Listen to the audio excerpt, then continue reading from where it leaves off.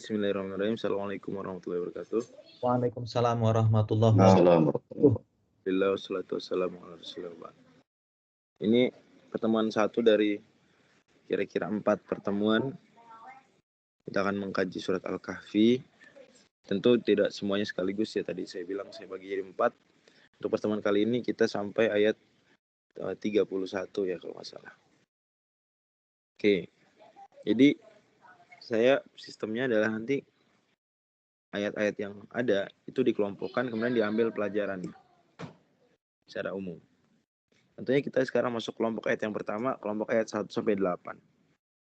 Kalau kita perhatikan, itu setidaknya ada 3 pelajaran paling besar dari ayat 1 sampai 8. Tujuan kita mempelajari tadabbur ini apa nih Ustadz? Oke. Tujuan mempelajari tadabbur ini pada akhirnya agar kita bisa mengamalkan apa yang kita baca dari Al-Kahfi. Nah, karena sifatnya adalah mengamalkan amal, berarti rahasia-rahasia pelajaran-pelajaran yang nanti akan kita kerjakan sifatnya akan bersifat amal, praktikal, atau hal yang langsung secara bersentuhan langsung dengan amal perbuatan. Gitu. Beberapa nanti itu terkait dengan keyakinan, ya, tapi secara umum semuanya berujung pada amal. Contohnya misalnya di ayat pertama Allah Subhanahu wa taala mengatakan alhamdulillahilladzi anzala ala abdil kitab. Berarti di sini Allah Subhanahu wa taala menyebut Quran sebagai nikmat besar, sebagai nikmat. Karena Allah mengatakan alhamdulillah segala puji bagi Allah yang apa? Ternyata Allah nyebutin yang telah menurunkan Al-Quran. Kelihatan nggak poin satunya ini? Kami masih di slide 1 loh Ustadz. Nah, slide 1 tuh Ya, bukan di full screen. Judul slide-nya, belum slide 2. Yang di-share bukan slideshow-nya, tapi PowerPoint-nya. Oke, sebentar. Sekarang gimana, kelihatan nggak? Nah, udah kelihatan kalau Ya, sekarang. emang nggak full screen. Oh, nggak otomatis ya? Full screen tapi emang. Ya.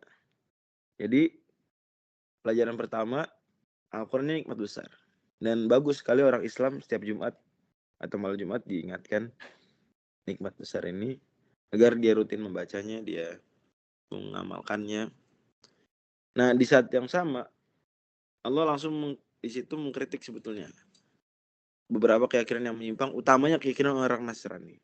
Di surah Al-Kahfi kalau mau dibilang lebih mengarah kritikannya kepada Nasrani itu benar. Karena memang nanti kisah Ashabul Kahfi itu kisah orang yang hidup setelah diutusnya Nabi Isa. Makanya langsung di ayat kedua Allah Subhanahu wa taala mengatakan wa yundzirul ladzina qalu takhadallahu walada. Dan Al-Qur'an memberi peringatan pada orang yang mengatakan apa? Di ayat keempat 234 bahwasanya Allah punya anak. Siapa yang terkenal mengatakan Allah punya anak? Sebenarnya banyak. Tapi sebagaimana alur nanti suratnya itu lebih mengena ke Nasrani. Namun sebenarnya yang mengatakan Allah punya anak gak cuma Nasrani ya, Yahudi juga atau sebagian Yahudi. Orang-orang musyrikin juga demikian. Oke. Kemudian di sini di ayat 2 dan 3 itu juga ada bagaimana Al-Quran punya 2 fungsi. Di saat yang sama Al-Quran itu liyundzira ba'san syadida, ayat kedua. Memberikan peringatan, bahkan peringatan bukan peringatan biasa. Ba'san syadida, memberi peringatan tentang sebuah azab yang pedih dari sisi Allah. Tapi seimbang. Wa yubasyirul mu'minin, juga memberi kabar gembira. Jadi memberi peringatan, memberi kabar gembira. Nah, di ayat ke-6 Allah Subhanahu wa taala mengatakan fala'allaka bakhi'un nafsaka. Boleh jadi engkau dan la'alla itu pasti terjadi. Kata Ibnu Abbas semua la'alla di Quran pastilah terjadi. Nah, boleh jadi engkau wahai Nabi bakhi'un nafsaka. Benar-benar jangan-jangan engkau akan membunuh dirimu sendiri.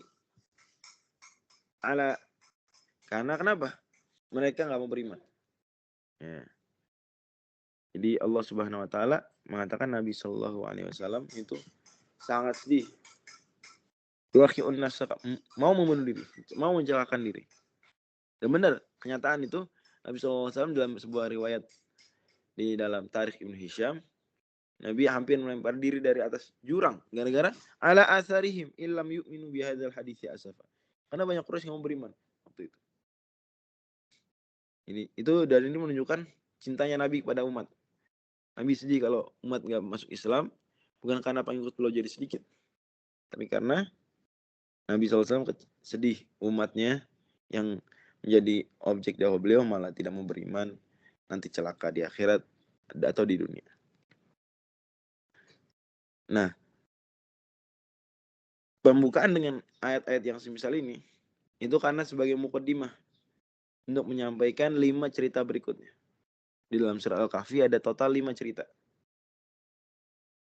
Cerita yang pertama kita belajarin hari ini insyaallah, Ashabul Kahfi.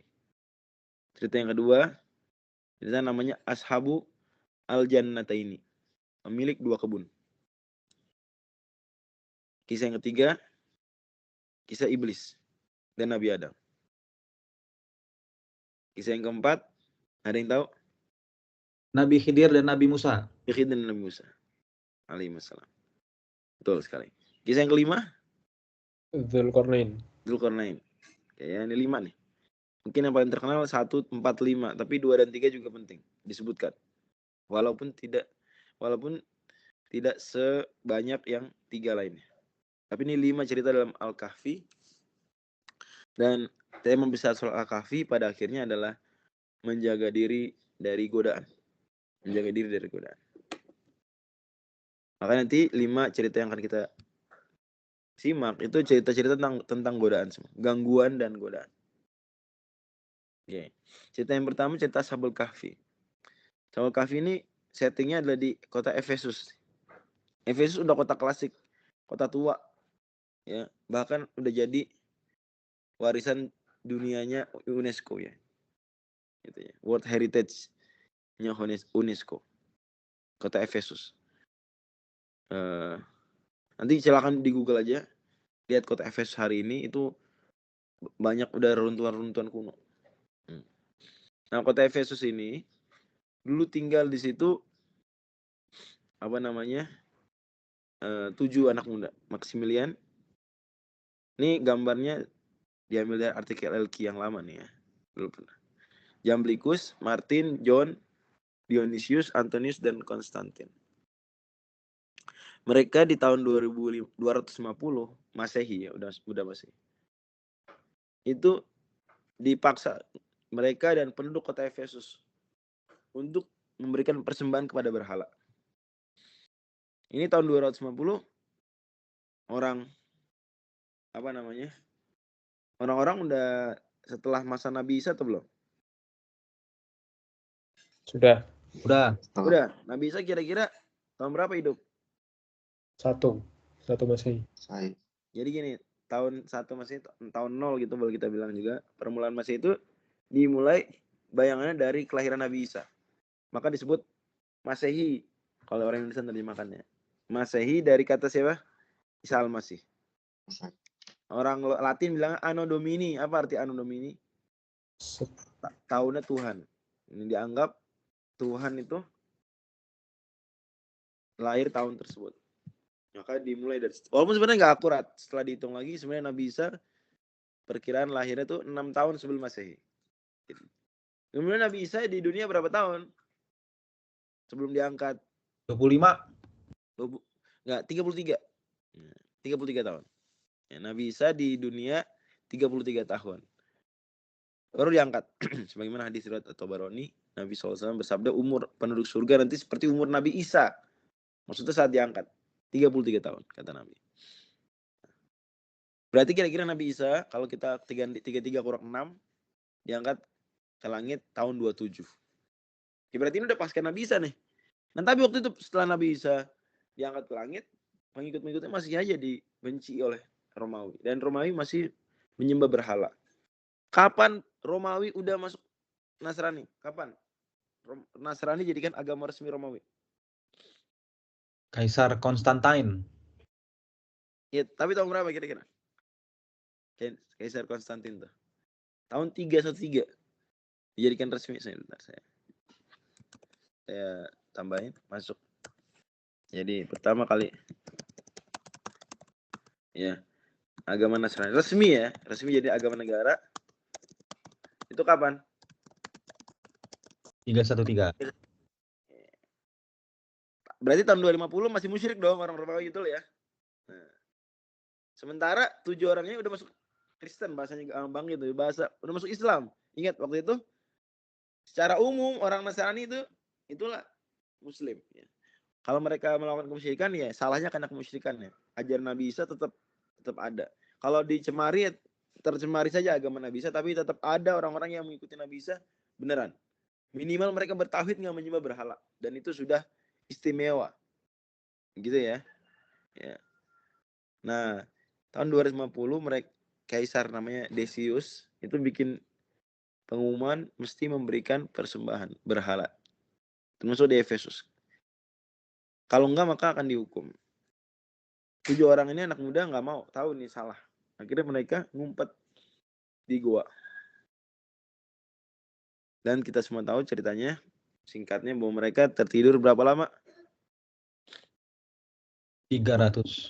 Nah, coba perhatikan di Quran. Ya. Di Al-Quran tuh disebut 2 angka. Ya. Walabithu fi kafihim salasami'atin sinina wazdadu tis'a. Surat 18 ini Al-Kahfi ayat 25. Kata Allah, dan mereka, perhatiin kata-katanya, tinggal di dalam gua selama 300 tahun dan mereka menambahinya 9 tahun. Apa maksudnya? Tinggal di gua 300 tahun dan mereka nambahin 9 tahun. Tafsirannya, yakni dalam hitungan Romawi, dalam hitungan kalender matahari yang kita pakai sekarang juga, Gregory, itu mereka tinggal di gua selama 300 tahun tidurnya. Wazdadu tis'a, dan mereka maksudnya orang-orang Arab menambahin 9. Artinya dalam hitungan kalendernya orang Arab yang nanti kemudian juga dijadikan acuan kalender Hijriyah yang hitungannya pakai bulan bukan pakai matahari, itu enggak 300 tahun tapi berapa? 309 tahun. Dan memang begitu kenyataan kita kalau hitung sekarang, dan ini akurat hitungan tersebut 300 dan 309 memang begitu. Kalau hitungan Masehi sudah 300 tahun, maka hitungan Hijriah 309 tahun. Dan kalau kita kecilin sama juga. Kalau hitungan Masehi 100 tahun, hitungan Hijriah 9 tahun. Hitungan Hijriah 3 tahun. Begitu. Oke.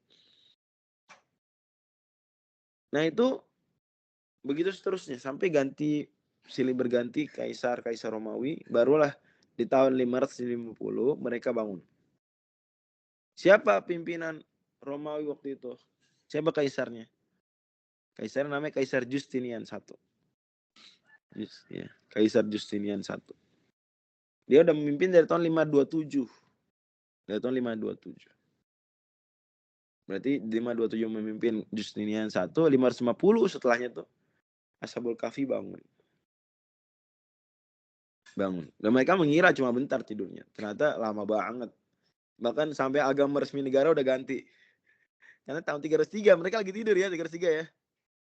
Tidur.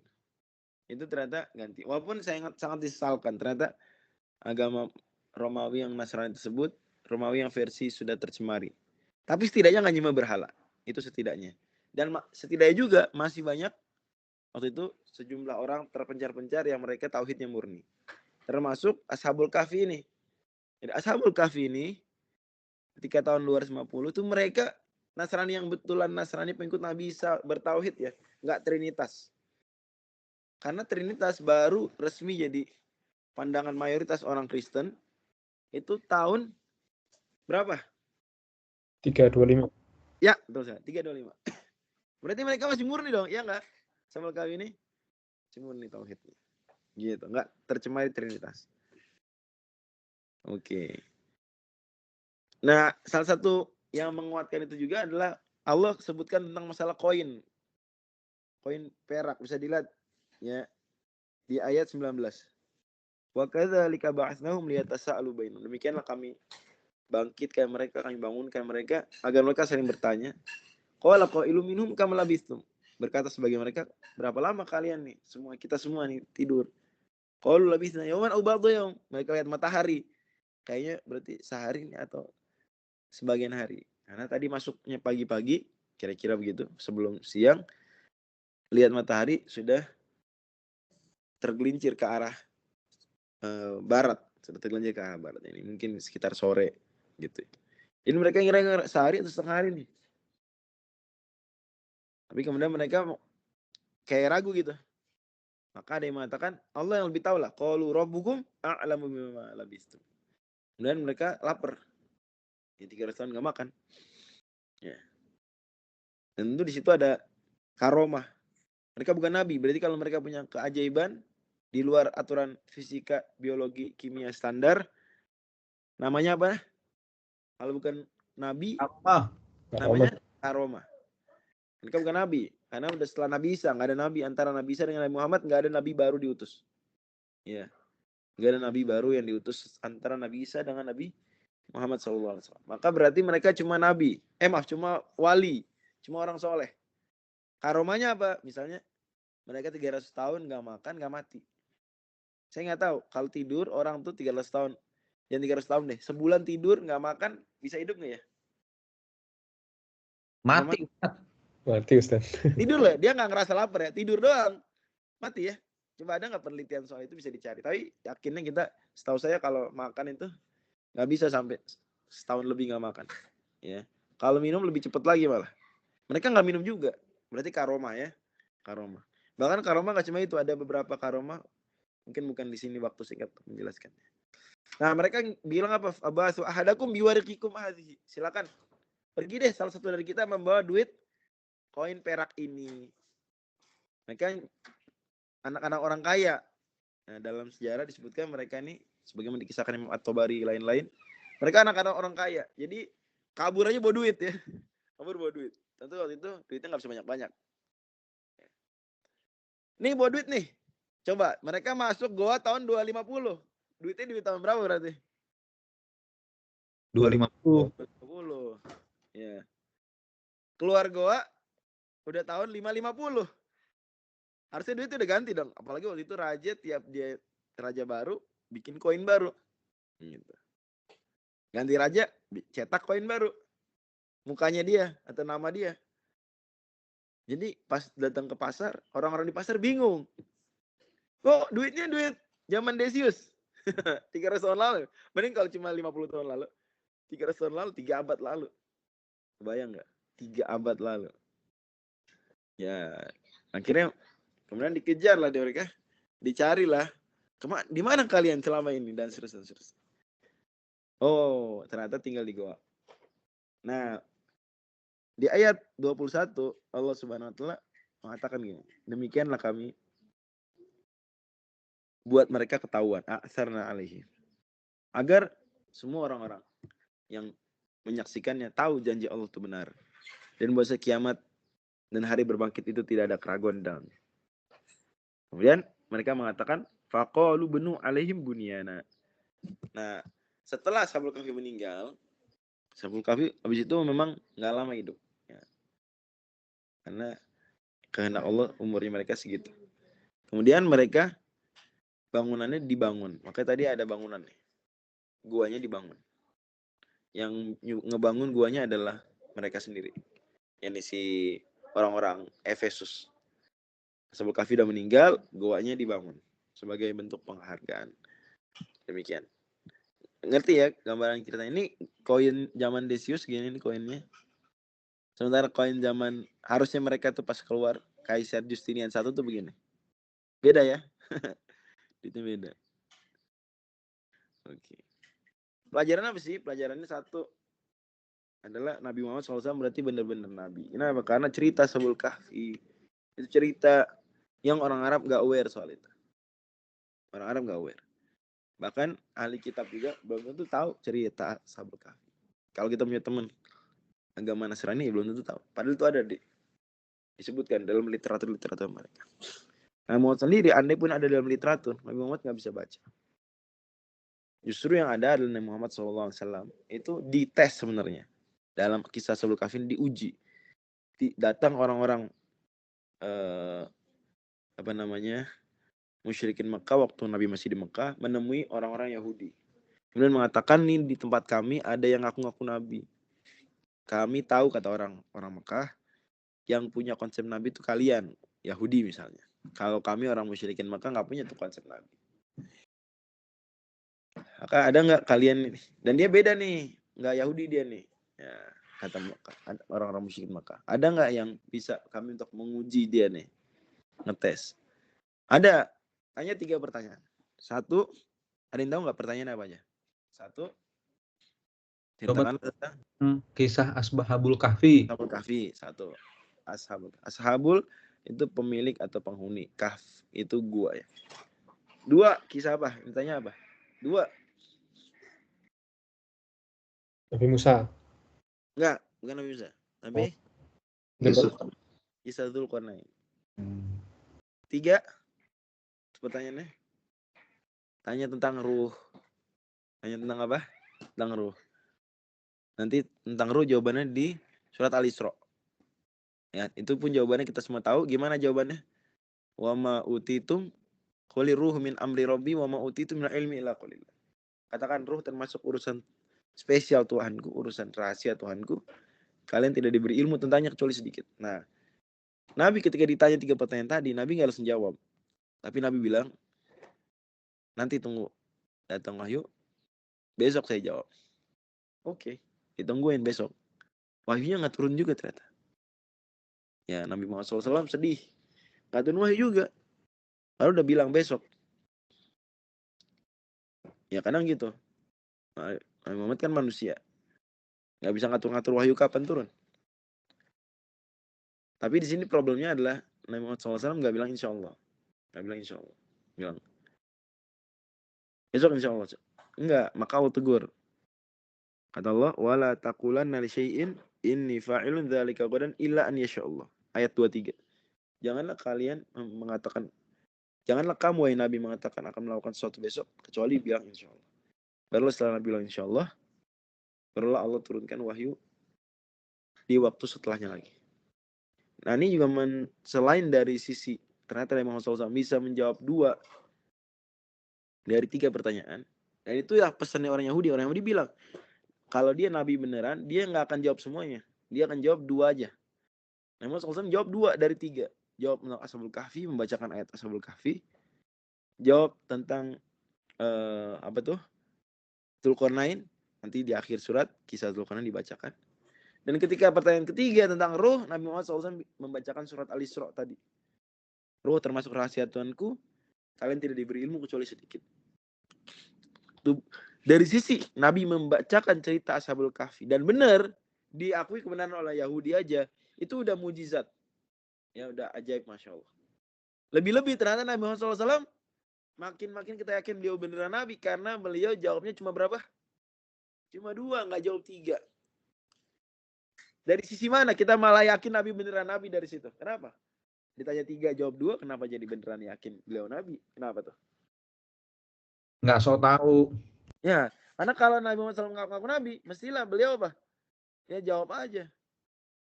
Ya nggak? Kalau selama ini memang udah biasa ngarang, ya ngarang aja kan gitu.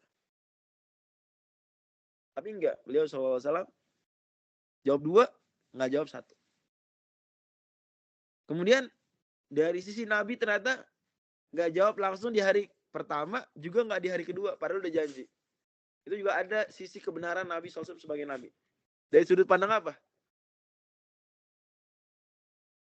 Dari sudut pandang apa?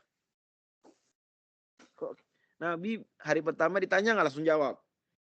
Hari kedua udah bilang besok saya jawab. Nggak jawab juga. Sampai dipermalukan. Mana katanya mau jawab. Barulah nanti ketika Jibril beri wahyu baru jawab. Dari sisi mana itu membuat kita semakin yakin beliau itu Nabi? Kalau Nabi bohongan ya kan bisa langsung jawab aja kan, tinggal ngarang doang. Kalau memang bohong, hari pertama jawab. Atau minimal hari kedua, kan udah janji. Nyatanya enggak, hari kedua pun enggak jawab. Meskipun dipermalukan. Mana katanya janji mau jawab. Gitu. Oke. Nah, itu semua pada akhirnya berhubungan dengan cerita Ashabul Kahfi sendiri, di mana Ashabul Kahfi itu dijamin oleh Allah Subhanahu wa taala karena akidah. Karena mereka menjaga akidah mereka, maka Allah jaga juga diri mereka. Enggak busuk. Padahal tidur selama itu. Enggak mati. Juga pelajaran ketiga, kezaliman akan tumbang. Di mana kaisar jahat, siapa tadi nama kaisarnya yang menyuruh untuk mempersembahkan kepada berhala? Decius. Atau orang Arab bilangnya Dikianus. Itu pada akhirnya berganti rezim, tumbang, wafat. Ganti yang lebih baik. Ya, yaitu misalnya raja tadi siapa? Kaisar. Ketika bangun kaisar siapa? Justinian I. Ini Justinian I ngomong-ngomong kaisar istimewa ya. Karena dialah yang menyusun undang-undangnya, atau di masa beliau lah, yang menyusun undang-undangnya Romawi. Ya, sampai sekarang itu terkenal undang-undang Romawi itu adalah hasilnya Justinian I. Justinius Codex.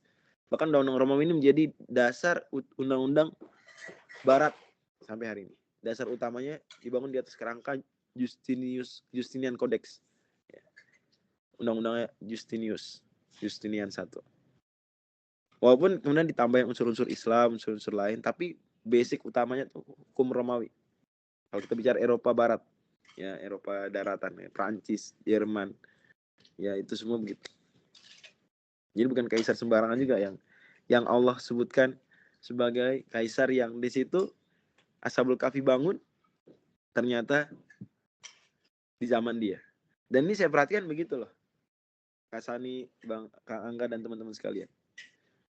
Tokoh-tokoh yang Allah sebutkan di Quran itu bukan tokoh-tokoh yang remeh dalam sejarah. Yang remeh dia. Ya.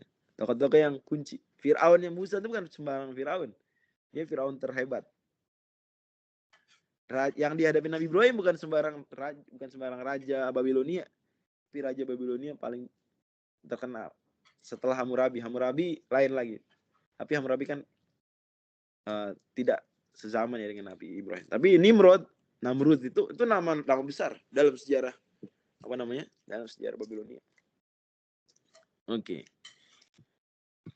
Dan bisa jadi juga Justinian ini sendiri bisa jadi bertauhid murni, bisa jadi. Walaupun andai nggak bertauhid murni, udah saya bilang tadi, setidaknya mereka nggak nyembah berhala.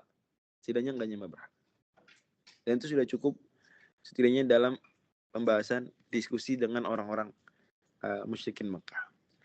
Oke, ayat 19 ketika tentang mereka tolong beli makanan.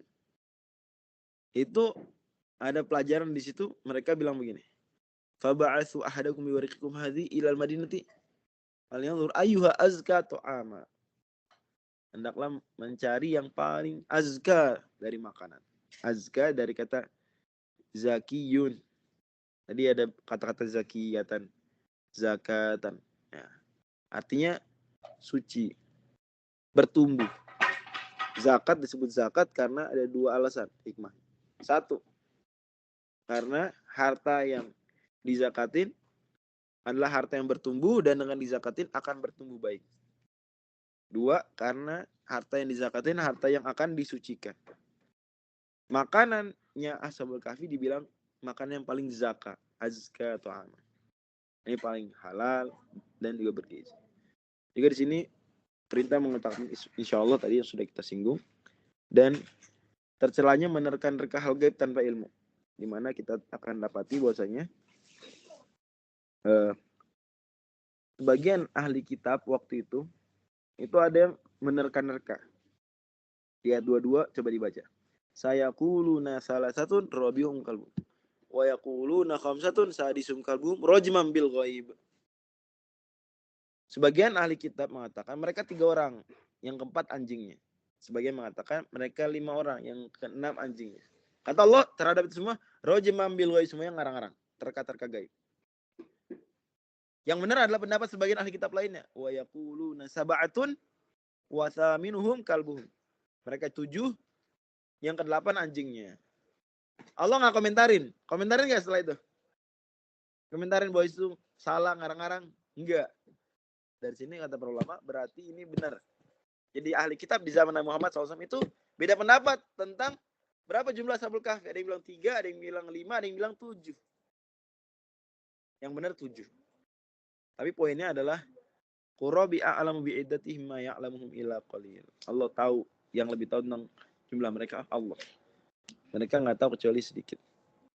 Dari sini berarti seolah-olah di antara tugas Quran juga adalah memberikan penjelasan terhadap hal-hal yang didebatkan oleh ahlul kitab. Ini ahlul kitab mendebatkan sesuatu, Quran datang memberi jawaban.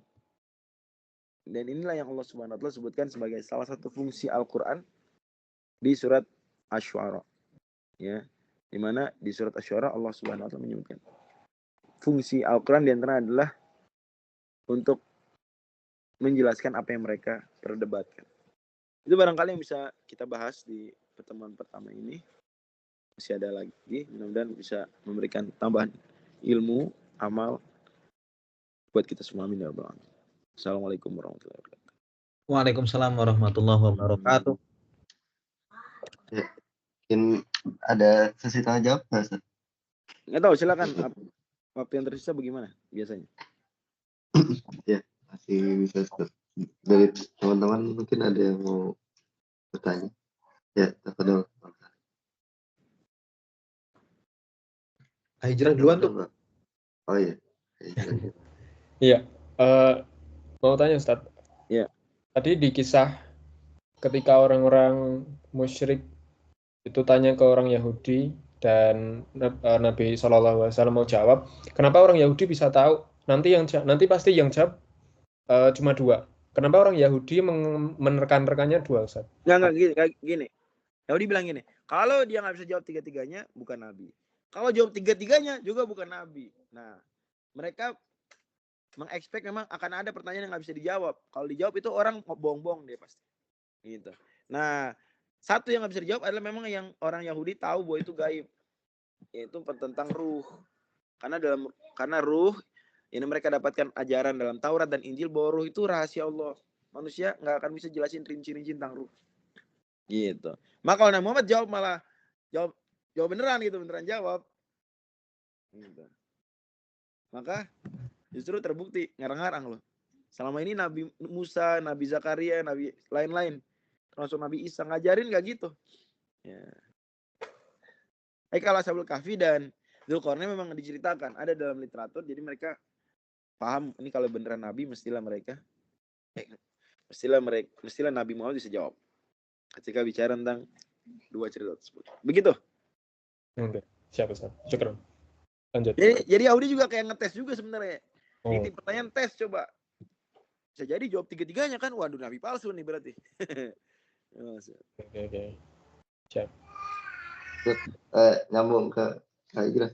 Itu Yahudi kok aneh sering dengar ceritanya kayak gitu, Ustaz. Kayak dia itu tahu banyak hal. Tapi apakah setelah dia tahu ini Nabi, dia itu beriman pada Allah atau gimana ya? Kalau beriman sama Allah iya, tapi nggak beriman 100% ya. Karena ketika Allah ngutus Nabi malah nggak dipercaya. Berarti kan nggak beriman sama Allah beneran 100%, ya nggak? Jadi kalau ada pertanyaan Yahudi beriman nggak sama Allah? Beriman, tapi nggak utuh. Kenapa? Dan ujung-ujungnya bisa juga dibilang nggak beriman. Karena ketika ketika Allah ngutus Nabi Isa, orang Yahudi nggak percaya. Allah ngutus Nabi Muhammad nggak percaya. Allah nurunin Injil nggak dipercaya. Allah nurunin Quran nggak dipercaya. Berarti nggak beriman benar-benarnya sama Allah orang Yahudi. Tapi orang Yahudi memiliki sebagian keimanan terhadap Allah. Mereka percaya Allah ada. Ya percayalah. Umumnya pengikut Nabi Musa mestilah percaya ada Allah, ada malaikat, nabi-nabi yang lain selain Nabi Isa dan Nabi Muhammad. Ya Taurat percaya gitu. Nah nanti setelah Nabi Muhammad diutus, mereka yang tahu banyak tersebut tetap nggak mau beriman kebanyakannya. Kenapa? Ya itulah maka kritik Yahudi punya tahu tentang kebenaran tapi nggak mau mengikuti. Kritik Yahudi di situ. Mereka di antara kesombongannya karena nih Nabi bukan dari keturunan kita, tapi dari orang Arab. Mereka kecewa, mereka marah, mereka benci pada Jibril. Karena ada surat Al-Baqarah mereka benci sama Jibril, nggak suka Jibril. Ya. Karena diantaranya Jibril, kan Jibril yang nyampein wahyu ya.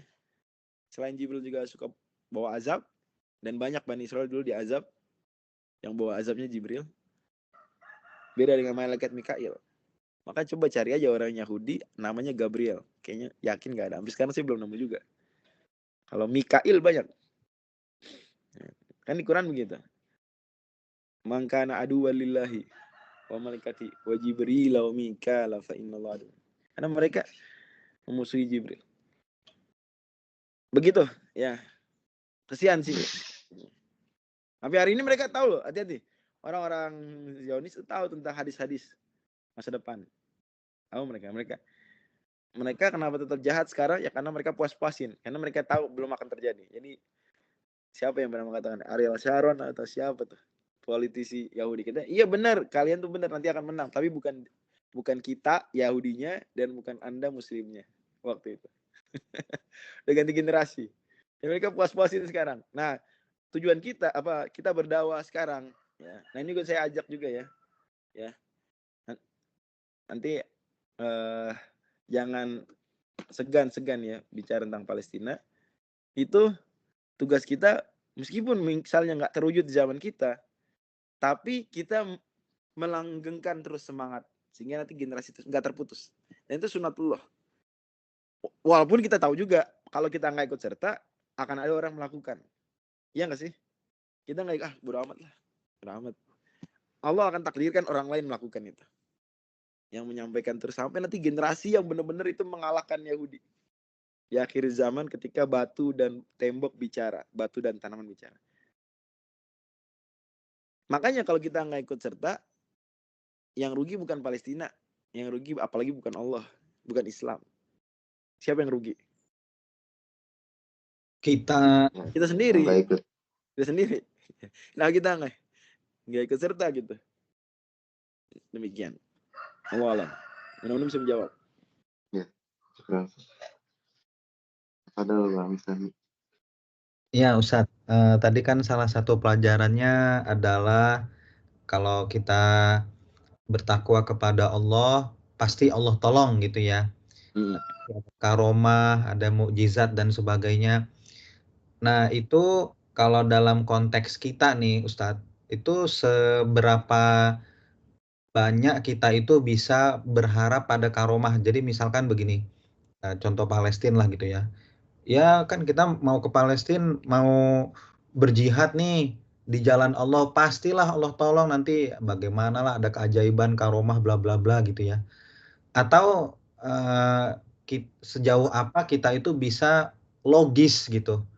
Nah, ini contohnya misalkan nih, wah saya kerja nih di perusahaan yang pro Israel. Nah, hati saya sih nggak suka, cuman saya butuh uang nih, butuh gaji. Apakah saya ya udahlah resign aja nanti pasti Allah tolong gitu kan? Ini seperti pemuda kahfi gitu. Atau ya udahlah apa boleh buat, ya namanya juga terpaksa gitu ya. Nah, itu dulu deh Ustaz, nanti ada pertanyaan kedua. Ya, jadi tentang kita berharap karomah nggak bisa, karena karomah itu sama kayak mujizat atau ada kemiripan dengan mujizat, dia bukan kendalinya di tangan si orang yang bersangkutan. Jadi mujizat bukan di tangan si nabi, bukan di tangan karomah bukan di tangan si wali, si orang soleh. Justru yang ada seringnya adalah datangnya tiba-tiba, Allah bantu tiba-tiba tanpa disadari. Ashabul Kahfi juga dia ketika ngumpet aja, dia nggak mikir tenang kita akan tidur 300 tahun, kayak gitu kan? Atau nggak, cuma pokoknya berlindung menjalankan sebab. Yang penting poinnya kita ambil pelajaran adalah menjalankan apa yang memang logis dia lakukan waktu itu sebagai langkah penyelamatan. Waktu itu mereka dikejar ya, ngumpet di goa. Ya, itu yang paling pilihan paling tepat untuk ngumpet di goa, bawa duit. Gitu, sambil nunggu wait and see. Soal tidur nggak kebayang di benak mereka. Betul ya? Sama para sahabat ketika jihad. Bawa senjata. Ya. Malaikat nggak ada di benak mereka. Tenang, tadi dibantuin malaikat. Nggak gitu. Walaupun di perang Badar dibantuin malaikat. Banyak malaikat turun, ratusan. Ya. Tapi sahabat nggak bayangin itu. Sahabat cuma menyiapkan pedang. Ya ini persiapan peralatan yang memang logis biasa digunakan waktu itu. Sama berarti orang yang bersangkutan ketika udah kita pergi Palestina. Nah, dia udah belum mempersiapkan persiapan yang logis, wajar. Udah belum? Kalau ngelawan Palestina, ngelawan tentara Israel tangan kosong, kayaknya itu nggak tepat. Apalagi dia berharap habis itu karomah. Tapi kalau dia udah siapin senjata yang wajar, yang oke, berjuang, nah itu bisa aja dikasih karomah. Dan banyak cerita-cerita karomah mujahidin Palestina ya. Kayaknya bagus juga tuh. Dibikin artikel ya. Atau dibikin konten ya. Karomah Mujahidin Palestina. Soalnya ada banyak cerita. Saya baca, saya dengar dari beberapa masyayikh. Jangankan Mujahidin Palestina ya. Mujahidin Poso aja tuh banyak cerita karomah itu. Jadi ada di Poso tuh masjid mau dibakar. Apinya nggak ngebakar masjid, itu bergeser apinya ke bawah angin ke pemukiman musuh-musuh Islam. Ngeri dahsyat. Terus karomah lain ya. Masjid mau diserang, udah masuk orangnya. Pas mau masuk kabur orang-orang semuanya. Ini penyerangnya kabur. Yang dalam masjid bingung, kok mereka kabur? Sambil ketakutan. Salah satunya diwawancara setelah itu ternyata ngelihat ada yang jagain putih tiba-tiba muncul. Ini malaikat lah bahasa kitanya gitu ya. Tuh ada kayak gitu. Nah, tapi setelah sudah menyiapkan sebab. Jadi kalau dia sudah menyiapkan sebab, nah habis itu bisa Allah kasih karomah, bisa juga Allah kasih syahadah. Dan syahadah termasuk kemuliaan juga. Syahadah maksudnya mati syahid. Itu juga keistimewaan. Tapi dengan syarat sudah serius menyiapkan peralatan mati syahid. Adapun yang kedua, kalau dia kerja di sesuatu yang haram, dia tinggalin aja apa enggak? Nah ini ulama tidak sepakat soal itu ya. Sebagian membedakan antara kemusyrikan dengan kerjaan haram. Ashabul Kahfi itu ceritanya cerita kemusyrikan, disuruh musyrik. Maka mereka lari menjauh. Adapun kalau tempat kerja yang mengandung keharaman, apalagi keharaman sifatnya keberpihakan. Jadi bukan keharaman yang kerjaannya itu sendiri ya, misalnya kerja prostitusi. Prostitusi walaupun hasil keuntungan prostitusi disumbangkan untuk Palestina, kerjaannya tetap haram. Gitu ya.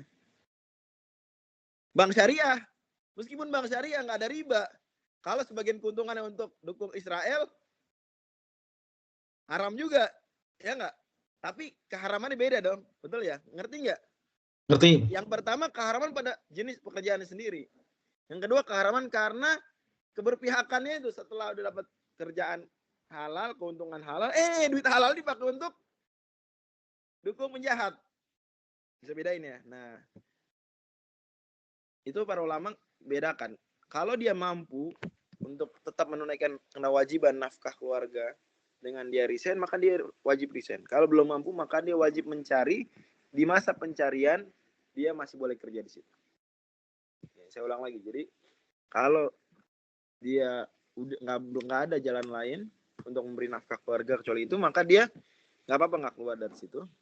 Nggak apa-apa artinya itu nggak lebih utama ya. Lebih utama kalau dia langsung keluar, itu lebih utama. Tapi masing-masing orang ada hitungannya.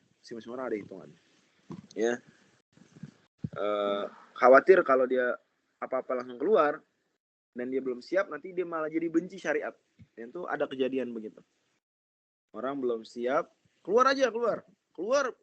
Wah, nggak benar-benar berubah banget ya kehidupannya. Nggak siap dia, keluarganya nggak siap. Dan ini belum ada alternatif lain untuk mata pencarian. Akhirnya dia benci syariat. Balik lagi dia kerja haram lagi, lebih parah malah sekarang disertai benci syariat. Jangan, mesti hati-hati ustadz tuh kalau berikan fatwa perorangan tuh hati-hati. Dia bisa paling berikan statement umum. Tapi kalau udah kasus-kasus khusus, dia harus lihat orangnya. Orangnya kuat apa enggak? Ya, punya dana aman enggak? Dana cadangan enggak? Gitu, dan seterusnya lah. Wallahualam. Ya, jadi demikian. Malah yang ada kebanyakan sekarang diberi fatwanya adalah tadi, cari dulu sambil nyari masih boleh kerja dan halal. Wallahualam. Baik Ustaz, jazakallah khairan. Yang kedua adalah tentang mengucapkan insya Allah tadi itu Ustaz, untuk hal-hal yang mau kita lakukan di masa depan itu kalau nggak ngucapin haram atau makruh ya Ustaz ya? Iya. Kalau nggak ngucapin dia nggak sampai haram ya, nggak sampai makruh. Tapi masalahnya kalau dia bersumpah nggak pakai insya Allah, itu baru masalah makin besar. Karena berarti ada unsur sumpah. Ya, itu baru masalahnya makin besar. Makanya insya Allah tetap diperintahkan. Dan yang lebih buruk dari itu semua adalah ada kemungkinan ya, nggak terwujud. Kemungkinannya lebih besar nggak terwujud. Yang menyatakan Allah di situ. Tapi kita nggak boleh ngeremehin insya Allah ya, meskipun ada orang insya Allah terus nggak tercapai. Jangan remehin, udah insya Allah. Nggak usah pakai insya Allah. Jangan gitu. Karena itu udah diperintahkan.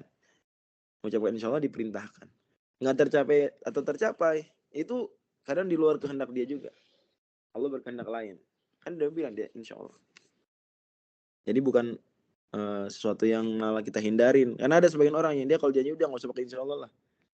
Nah, itu lagi juga berefek ya, efek daripada orang-orang yang enggak makan insya Allah juga. Jadi efeknya melebar ke orang lain ya. Dengan sistem.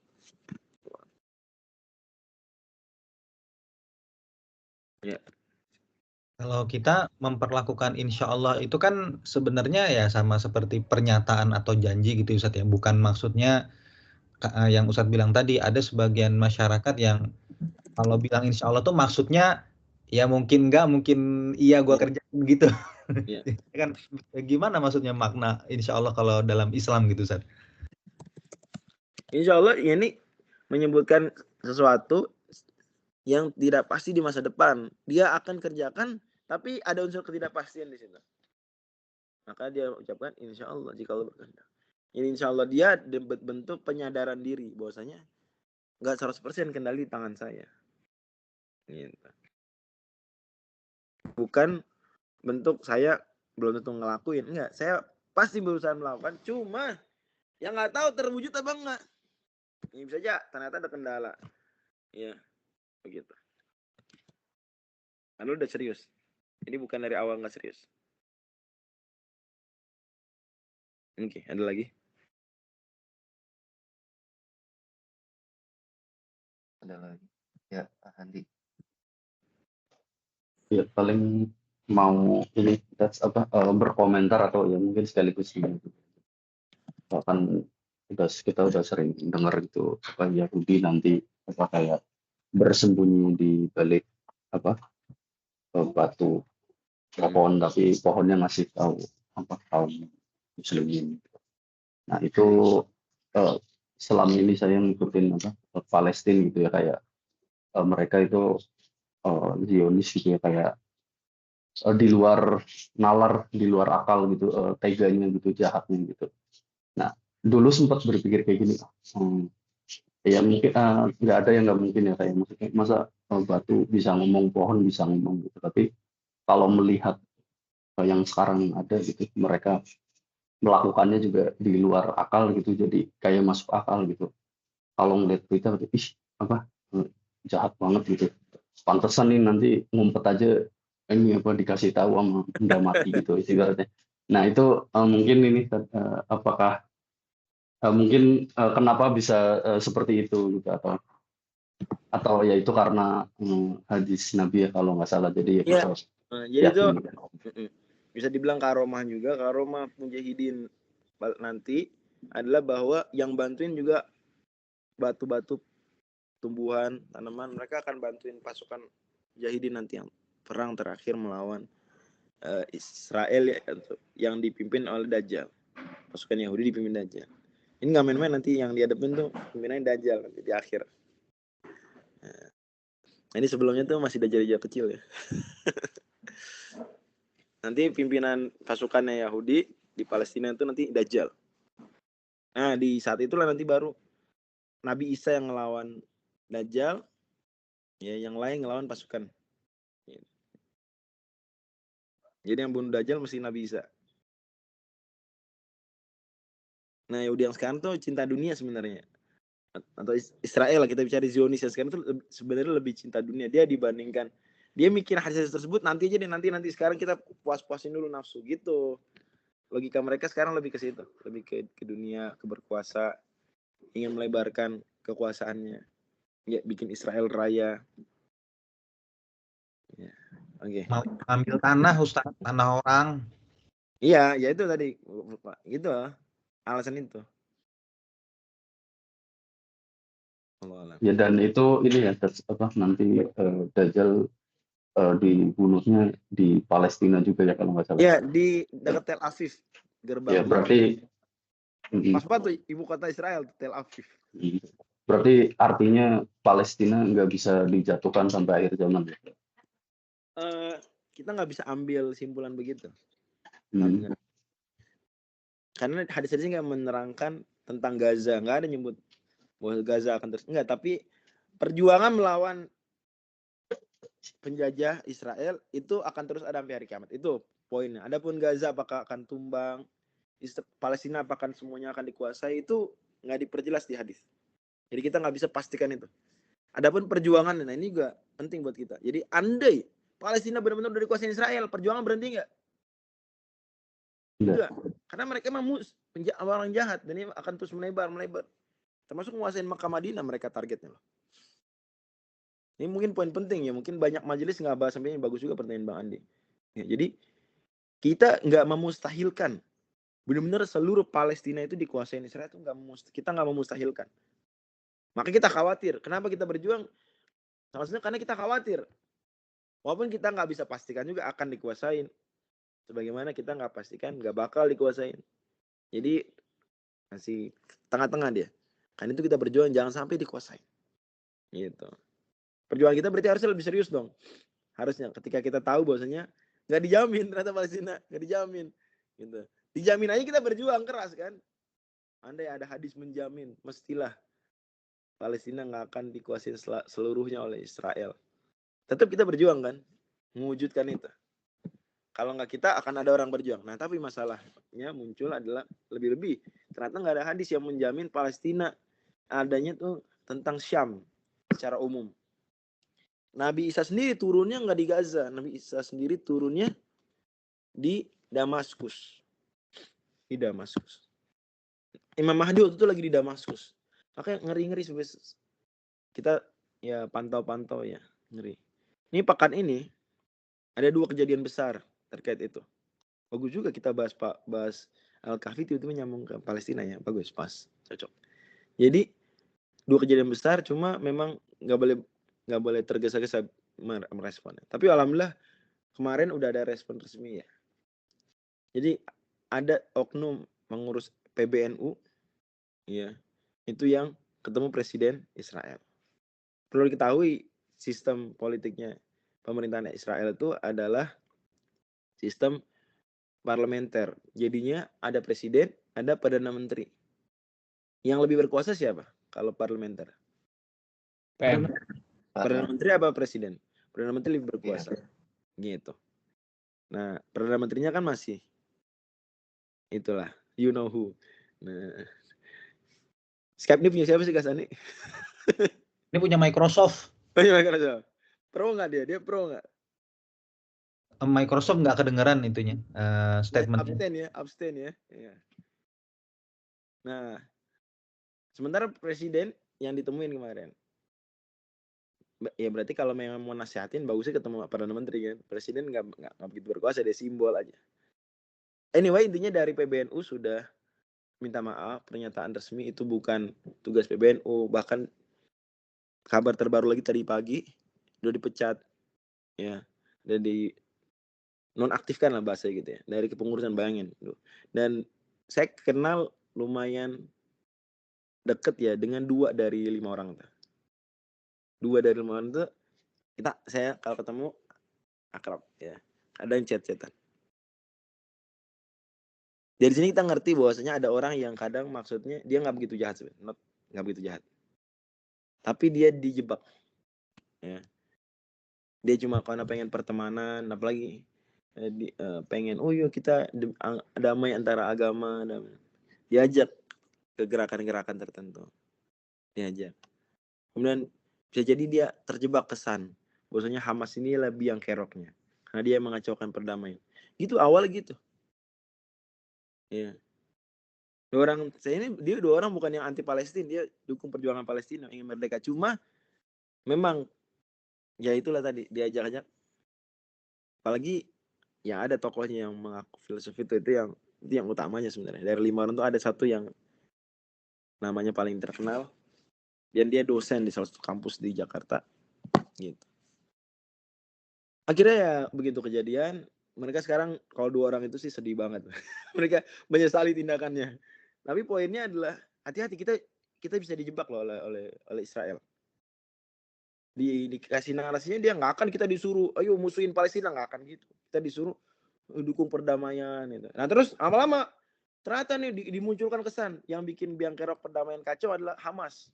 Karena Hamas yang nyerang duluan tanggal 7 Oktober atau apalah gitu ya. Padahal nggak gitu. Hamas tuh udah setuju pembagian 2 negara loh. Hati-hati, walaupun itu nggak ideal. Tapi Hamas sudah setuju, ya udah nggak apa-apa lah. Ada Israel, ada Palestina, tapi merdeka, benar-benar kayak negara biasa gitu. Hamas ini udah setuju. Nah itu orang banyak tuh nggak tahu juga. Sini dimunculkan kesan Hamas inilah yang biang kerok. Ada solusi 2 negara kagak mau. Loh, kata siapa? Ya. Saya sendiri orang yang nggak suka solusi 2 negara. Saya pribadi. Tapi daripada ya udahlah, let it be. Setidaknya solusi sementara lah. Kalau kita lagi tenggelam, ada pegang kayu lah pegang lah, walaupun gitu nggak ideal. Gitu. Itu satu. Kejadian yang besar kedua adalah, nah ini lebih buruk. Lebih buruk banget. Harusnya tuh ada tindakan lebih tegas juga kayak tadi. Itu imam besar masjid terbesar di Indonesia tuh malah ngundang tokoh anti Hamas. Ini jelas anti Hamas dan pro genosida. Karena ada jejak digitalnya di internet. Begitu. Namanya Ari Gordon, nggak mau saya sebut kali ini, Pak. Ari Gordon diundang, dan sedihnya adalah dia diundang di Istiqlal, ketahuannya cuma pas di Istiqlal. Saya sebut juga nama masjidnya. Ketika diundang di kampus-kampus lain enggak, padahal dia udah beberapa kali dalam sebulan terakhir ini diundang ke beberapa kampus Islam. Narasi perdamaian antar 3 agama Ibrahim. Nanti di Istiqlal juga akan bicara itu hari Kamis kemarin, tapi gagal. Ya. Maaf, hari Rabu ya. Tapi nggak jadi karena penolakan, dan bagus. Kalau nggak ditolak berarti jadi itu. Kalau nggak ditolak netizen jadi itu.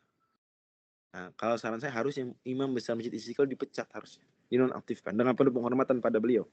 Tapi ini tindakan fatal. Sampai-sampai sebagian ustadz tuh bilang begini. Harusnya berarti kita kayak gini mah. Sebelum membebaskan Masjid Al-Aqsa, bebaskan dulu Masjid Istiqlal. Dari pengaruh Zionis. Iya, dan nggak main-main ternyata kalau dilacak, oh iya program-program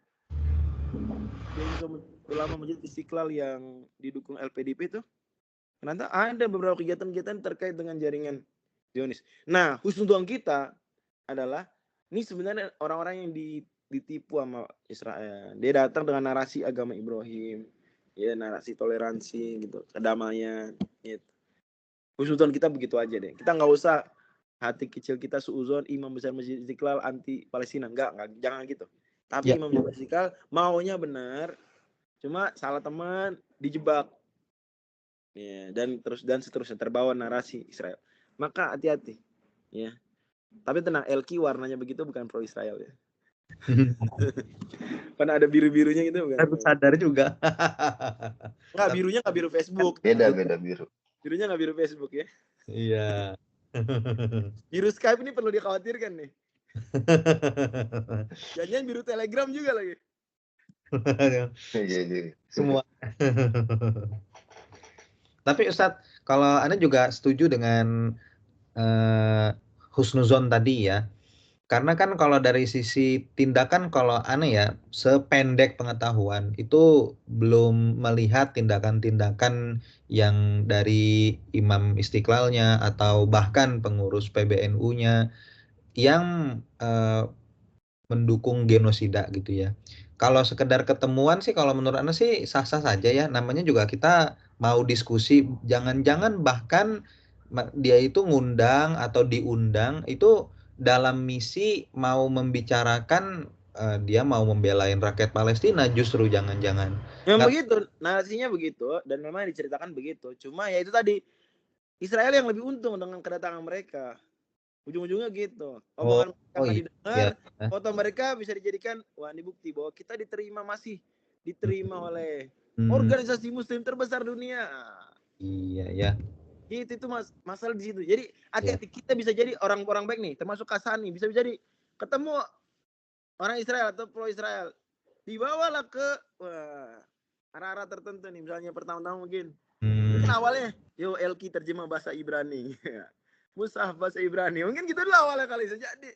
Kita berdoa sama Allah, ya Allah jangan. Dan dari situ kita ngerti Yahudi memang tipu dayanya dari zaman Nabi sampai zaman sekarang ya. Dari zaman Nabi Musa ya udah.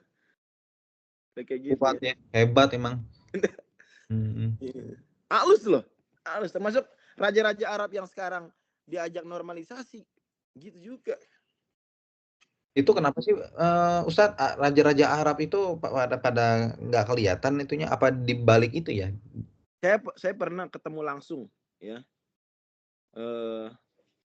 orang yang jadi apa namanya duta Israel untuk ngomong ke raja-raja Arab. Saya pernah ketemu langsung waktu di New York. Saya ketemu langsung. Iya. Dan di depan dia saya dan Imam Syamsi Ali waktu itu saya ditemenin beliau untuk temuinnya. Itu jelas bilang kita nggak setuju Zionisme. Kata dia oke, nggak apa-apa. Tapi saya setuju. Jadi dia setuju, kita nggak setuju. Itu salah satu hal menarik di dunia Barat ya. Mau nggak mau kita akan berkawan dengan orang Yahudi. Dia pro Zionisme, kita enggak. Tapi kita tetap punya satu kepentingan bersama. Misalnya kepentingan bersamanya adalah melawan Trump. Misalnya contoh waktu itu. Atau kepentingan bersama misalnya ya. Kepentingan bersamanya adalah untuk makanan halal. Misal kayak gitu. Karena orang Israel kan Kosher. Kosher makan halal. Misal. Atau hal-hal lain lah. Ya. Tapi tetap kita harus setuju. Jadi mesti kayak gitu. Kayak Kasani bilang tadi, datang kita ngomong apa yang kita mau. Mereka dengar nggak mereka dengar itu urusan lain. Nah, kalau pas waktu ketemu sama yang duta ngomong ke Arab itu dia ngajaknya satu kerjasama ekonomi dulu Kasani. Jadi dia bilang nih Israel produknya begini dan seterusnya. Akhirnya ya, nah kalau udah hitungan matematika ekonomi, kadang-kadang hitungan lain dikorbankan gitu, dianggap nggak lebih menguntungkan gitu. Atau dua ini lebih serius daripada yang pertama, yaitu di lobbynya dengan lobby politik. Lobby politik itu ceritanya. Jadi karena Israel backing-nya adalah Amerika banyak negara Arab dianggap penguasa dunia. Ya bosnya mereka gitu secara politik ya, secara politik dan ekonomi. Jadilah seolah-olah didikte. Ya kalau nggak dukung Israel nih, anti Israel nih, wah ya berarti nanti nggak lanjut nih kerjasama ini nih. Di situ raja-raja akhirnya berhitung, wah daripada nggak lanjut kerjasama ini, udahlah saya dukung. Toh saya nggak dukung penjajahan, saya cuma dukung normalisasi. Ya ini apa? Membuka hubungan diplomatik. Gitu. Dari situ halus dong. Sekarang saya tanya, apakah kalau membuka hubungan diplomatik otomatis mendukung penjajahan? Iya belum tentu juga sih. Belum tentu, ya nggak. Bahkan bisa jadi Raja Uni Emirat Arab bisa jadi atau Emir Uni Emirat Arab dia duitnya banyak diberikan untuk pejuang Palestina. Itu terbukti. Ya, tapi kan itu langkah halus. Stepnya berikutnya Israel ya terus gitu. Itu dia itu. Nah, jadi bisa jadi kita dari awal udah bisa berhitung. Oh jangan dong. Kalau bagi Raja Arab hitungannya nggak udah deh ini oke tapi itu nggak oke. Gitu. Walaupun nggak menutup kemungkinan sebagian orang oknum dalam pemerintahan Arab ada yang benar-benar memang nggak suka Palestina, ingin ya udah Israel berkuasa. Itu nggak dipungkiri, kemungkinan tersebut ada walaupun sangat kecil. Terakhir dari Ustadz, mau gimana nih kita Ustadz? Apa yang bisa kita kontribusikan sudah ya dari Ustadz? Ya. Jadi teman-teman sekalian untuk masalah yang cyber security itu harus disampaikan dulu oleh siapa kira-kira yang menyampaikan ke Sani atau ngebahas khusus? Andi jago insya Allah. Ya, bisa Bang Andi ya. Jadi atau Lutfi. Siapa? Lutfi. Oke. Mudah-mudahan Allah sembuhin. Itu minta tolong Bang Andi diukur kira-kira orang Israel tuh bisa ngelacak akun tuh kayak gimana sih modelnya? Tuh apa ancamannya kayak gitu. Kalau kita misalnya bikin akun untuk yang lebih eksplisit lah pro Palestinanya. Itu kira-kira ancamannya apa aja, resikonya apa aja. Terus mitigasinya apa kira-kira? Apa kita perlu bikin akun jangan Gmail misalnya, tapi yang lain umpama ya. Kayak Google sejaringan kan Kasani kan? Kenapa San? Google sejaringan kan? Google jaringan? Sejaringan sama pro Israel kan? Mereka sebenarnya itu bukan secara ini loh Ustadz, secara simpati atau benci atau suka gitu, tapi secara ekonomi. Diem aja. Ekonomi aja. Oh gitu. Oh, duitnya sebagian dari Google untuk Israel. Karena mereka mau bisnis. Itu dia tuh. Oke. Kalau Google itu Ustadz, sebenarnya. Tapi apakah Google menyerahkan data kita ke Israel? Coba ntar dijawab Bang Andi atau mungkin. Nah, itu kemungkinan bisa jadi. Bisa gitu ya. Itu coba dikaji. bagus Jumat depan kita bahas lagi. Sementara ini saya mau itu aja tadi yang 2 tadi kita ngerti, dan mungkin habis ini saya kirim sesuatu ke grup yang Palestina itu memperjelas ya gitu. Saya hari-hari ini agak diam dulu, kenapa? Karena itu butuh pandangan resmi agar kita nggak jadi penuduh, ntar dituduh macam-macam, lebih lagi efek buruk ya. Sebagian juga parah sih netizen ya, pakai kata-kata kasar gitu. Ya, kurang memang kalau udah di internet. NU dibilang Netanyahu United, itu enggak lah, nggak gitu. Kita cintain NU. Gimana nggak ada kebencian kita pada NU. Apalagi udah jelas-jelas perbuatan oknum ya. Jangan gitu. Apalagi ada banyak lah sampai dikulik-kulik tuh medsosnya. Parah juga sih. Dua teman saya tuh sampai dia hari-hari ini padahal dia niatnya bagus, cuma ya gitu lah, salah langkah ya. Tapi dianggapnya agen Israel, padahal nggak gitu, nggak agen Israel. Ya dimanfaatkan sebagai agen oleh Israel, tapi bukan agen Israel betulan. Oke. Tentang cyber security itu Ustadz, jadi kalau mau pakai layanan digital yang komitmennya paling tinggi terhadap privacy, security itu Apple. Nah, kalau Google memang perlu diragukan sih Ustadz. Karena Google itu dia perusahaan iklan ya sebenarnya. Kalau Ustadz bisa mengamati, Google itu nggak ngambil untung kayak Apple tuh udah jelas ya. Dia ngambil untung dari jualan iPhone mahal, jualan MacBook untungnya gede gitu. Nah, tapi kalau Google itu emang jualannya data lah gitu ya, kan iklan ya. Nah, meskipun ada emailnya Apple tuh. Kenapa Ustadz? Ada emailnya nggak dia? Storage email ada nggak dia? Oh ada Ustadz, kan iCloud. Oh itu yang maksudnya. Oh ya. iCloud, kalau email kan @icloud.com. Kalau mau pakai video FaceTime gitu-gitu. Kalau tentang security dan privacy itu emang jualannya Apple banget sih. Dia memang di situ menomorsatukan, membedakan dan berkompetisi dengan Google, Microsoft dan yang lain-lain itu dari sisi privacy dan security-nya ya. Dan kalau dari pengakuannya sih bisa kalian validasi sendiri kayak gitu pengakuan Apple-nya. Silahkan divalidasi aja sendiri security dan privacy yang kami tawarkan.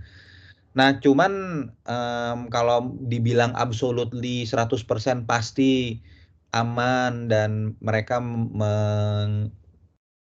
menunaikan janji privacy dan security mereka itu ya nggak bisa juga begitu sih ya. At the end of the day sebenarnya di belakang itu sistemnya mereka yang kontrol gitu.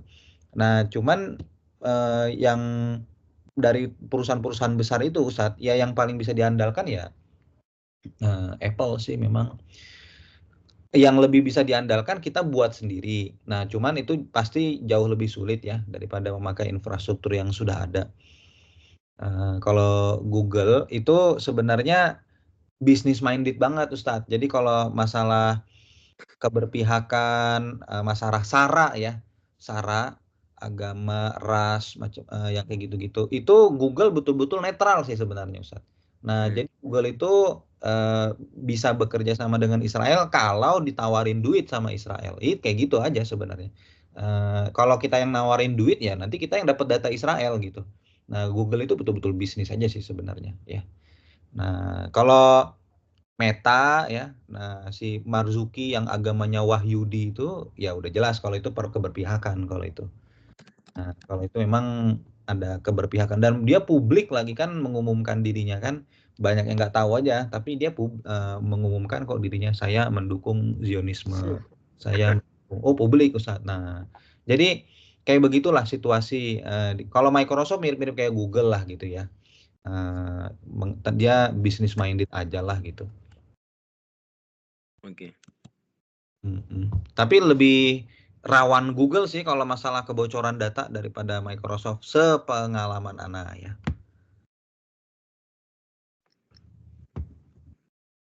Oke. Dan 7:30, silakan kan. Ya. Siapa? Jazakumullah khair, Ustaz Fadri. Dan kita tutup ya agenda kita hari ini dengan hamdalah. Alhamdulillah. Kata lagi subhanahu ganti. Subhanallah.